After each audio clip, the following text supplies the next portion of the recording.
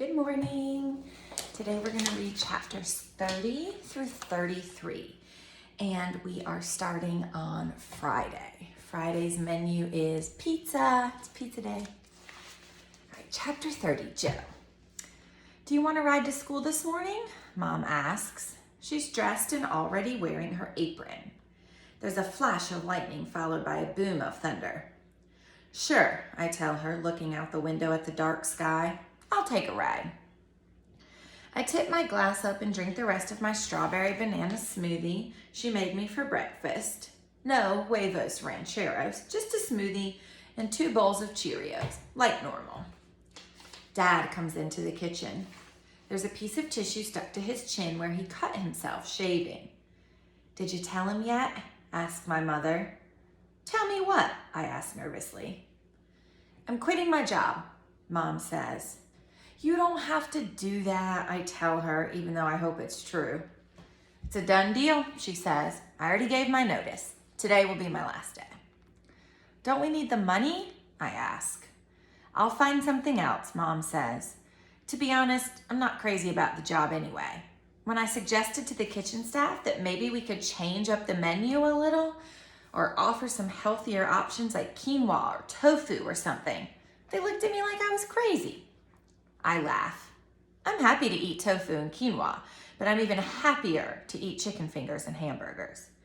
If my mother really isn't going to be the lunch monitor anymore, that means lunch can go back to being my favorite subject at school. Woohoo! There's another flash of lightning. Guess we're gonna need our raincoats, Mom says. Game 1, 7 o'clock tonight, Dad reminds me. We're still on, right? Are you kidding? I say. Big Papi's gonna bring it home for the Sox. You think I wanna miss that? When I go upstairs to brush my teeth, I find Mia hiding under the bed. She's afraid of thunderstorms. Don't worry, Mimi, I tell her, reaching under the bed to give her a head pat. Joey, my mother calls. Hurry up, the roads are gonna be slick and I don't wanna be late. I give Mia one more pat, grab my backpack and run downstairs. All set? Mom asks, handing me my raincoat. She's got hers on already. 1 sec, I tell her.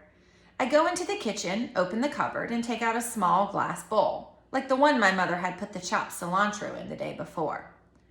What's that for? She asks as she watches me shove the bowl into my pocket. It's for an assignment, I tell her. I promise I'll bring it back. What's the assignment? She asks. I'll explain in the car. When I tell my mom what I'm doing for my personal reflection project, she starts to cry. This time, for a change, it's the happy kind of crying. You are one terrific kid, she says. Do you know that? Believe it or not, I feel like I kind of do. I'm in a pretty good mood by the time we get to school. It doesn't hurt that Friday is pizza day at Einstein, my favorite school lunch of all. As we turn in the driveway, out of nowhere, this dark red minivan comes speeding around the corner and almost cuts us off. Watch out, my mother cries, honking the horn.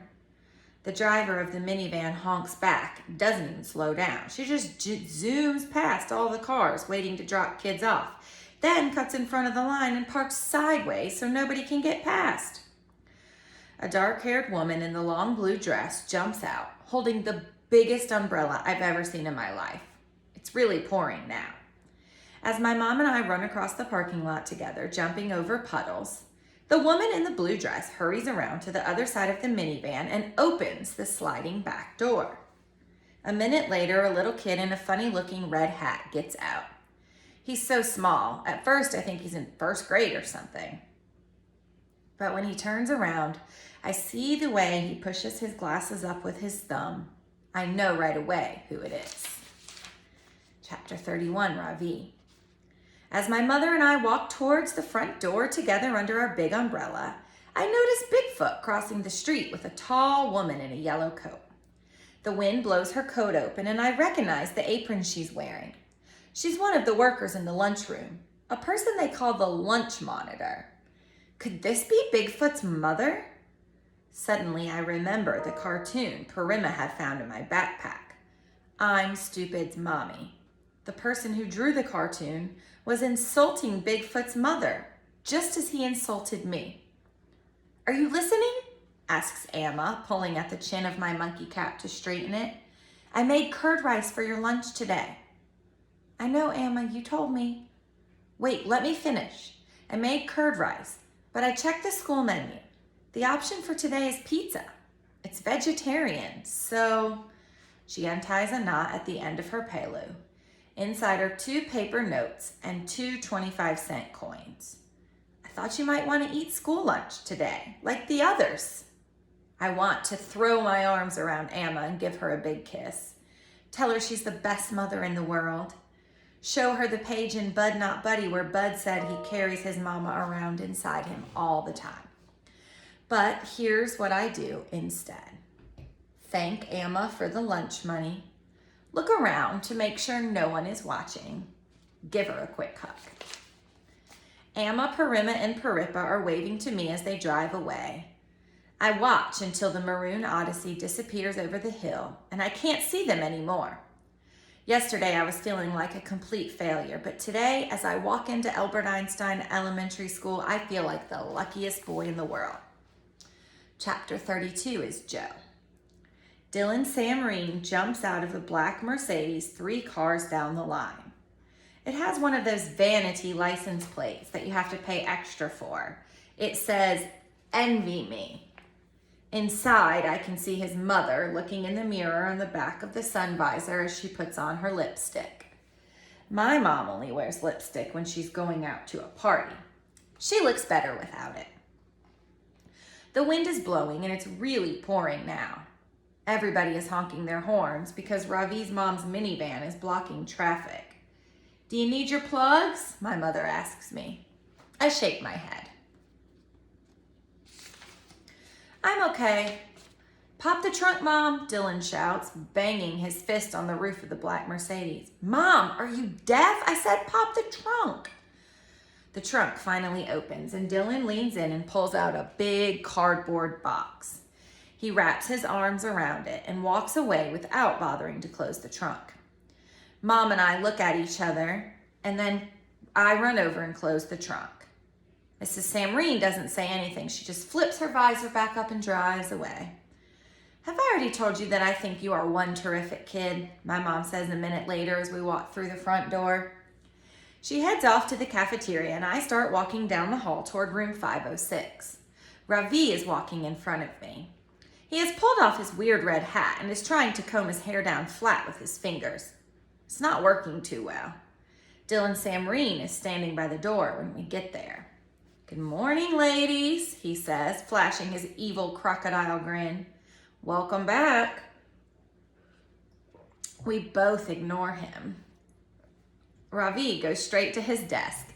I notice he's carrying a small package wrapped in the same kind of brown paper his math notebook was covered with.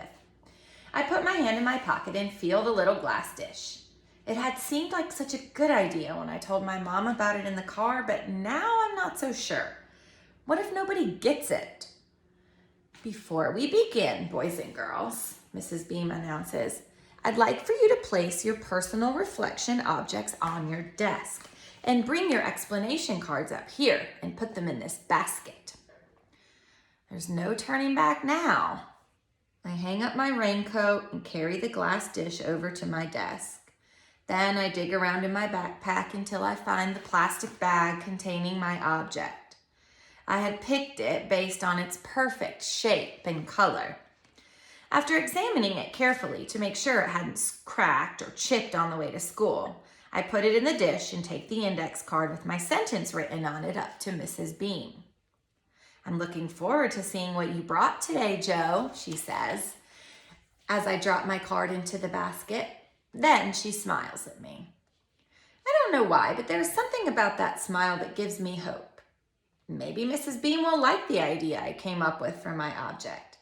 Maybe she'll realize that I'm not really a pain in the neck who doesn't pay attention. Maybe she'll even write something nice about me on my report card at the end of the year like Mr. Barnes did.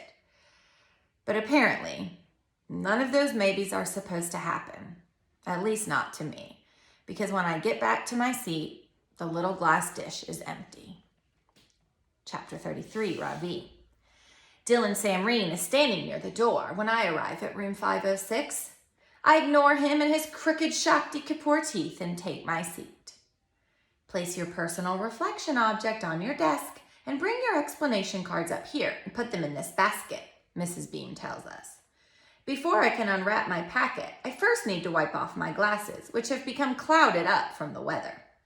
Amma gets upset with me if I use anything other than the special wiping cloth Dr. Botcher gave me to clean my glasses. So I open my backpack and pull out the cloth. Just as I am about to remove my glasses, Dylan Samreen reaches around me and snatches something off Bigfoot's desk. He pops it into his mouth and quickly sits back down, but not before I see what he's taken.